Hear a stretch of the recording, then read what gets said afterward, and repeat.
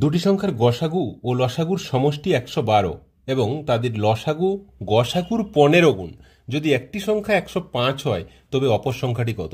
দেখো, একটি সংখ্যা 105 দেওয়া আছে, আবার গসাগু লসাগুর সমষ্টি দেওয়া আছে 112।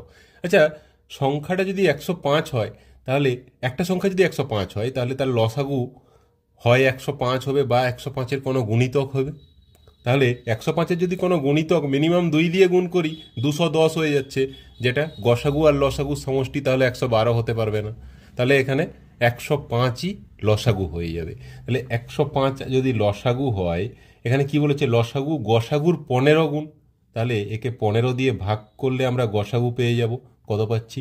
7। তাহলে গসাগু 7, লসাগু 105, যোগ করলে 112 হচ্ছে। আর কি বলেছে? একটি সংখ্যা 105 হলে অপর সংখ্যাটি কত হবে? এই 7ই হবে গসাগু, যেহেতু একটা প্রাইম নাম্বারও হয়েছে। তাহলে দুটো সংখ্যা, একটা 105 আর একটা 7, অপশন ডি হয়ে যাবে অ্যান্সার।